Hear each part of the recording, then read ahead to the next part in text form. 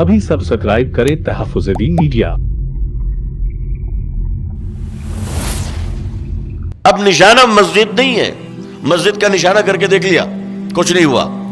اب اگلا نشانہ یہ ہے کہ اسلام کو جلا بخشنے والا وہ عظیم کارخانہ مدارس اسلامیہ کو بے اثر کر دیا جائے۔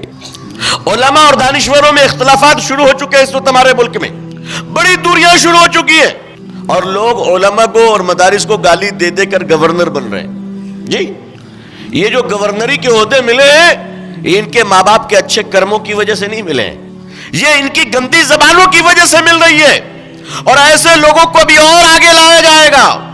اس لائن میں جبہ و دستار بھی کھڑا ہو جائے تو تعجب نہ کیجیے گا، دعا کیجیے اللہ ہم سب کی حفاظت فرمائے۔ اور اس طرح سے شے رگ کو کاٹنے کی کوشش کی جائے گی تاکہ استفادے کا جو چشمہ ہے وہ بند کر دیا جائے۔ اس لیے مدارس کو بڑی ذمہ داریوں کا مظاہرہ کرنا پڑے گا، اور علماء کو زبردست طریقے سے کھڑا ہونا پڑے گا، زبردست طریقے سے، اور تاریخ کو دہرانا پڑے گا۔